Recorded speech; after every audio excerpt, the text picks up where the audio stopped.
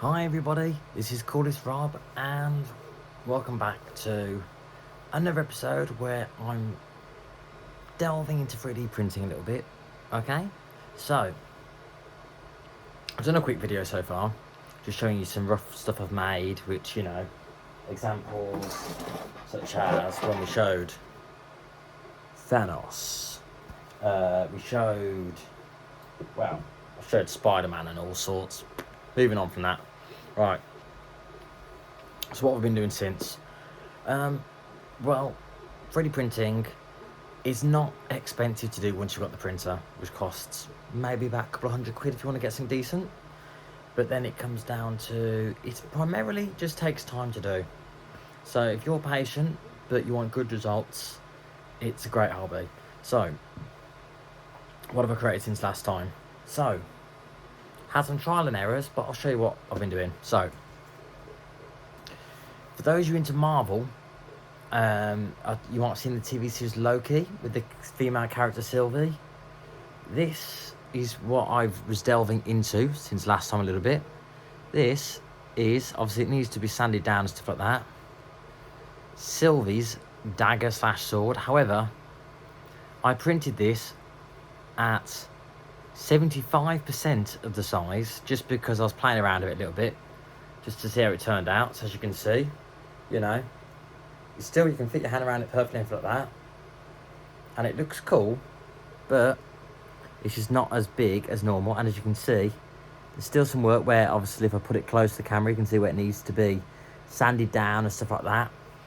However, I did learn something from this, from a funny note, is that all of this work, never leave it near a cat, because as you may see on the end there, it was damaged, bitten, and the end chewed off and had to be repaired, which still needs to be sanded down by a cat after a lot of hours of work. Anyway, so next I finally delved into one I've been meaning to do for a while, which I still need to finish off, but I'm reprinting as we speak in the background, as you can see, which is for the handle for this. So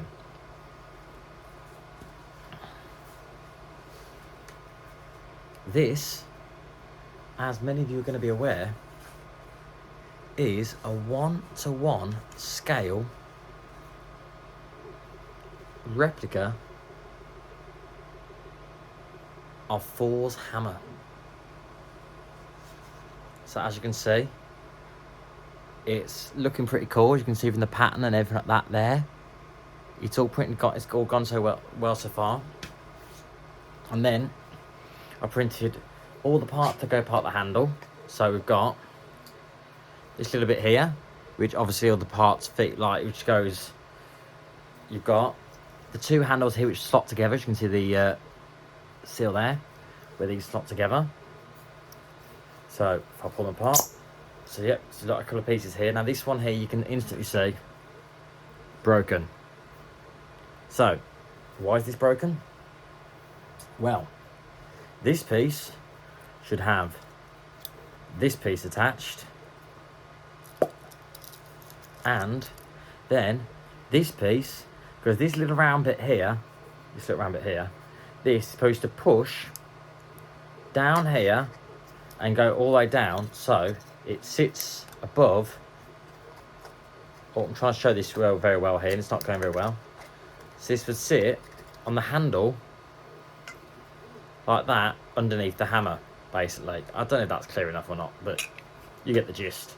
But what's happened is that when you print the prints, you've got to make sure that the density of the filling is basically, you set it to, the infill, is you set it to what you feel is going to be viable. Now, if you're printing something like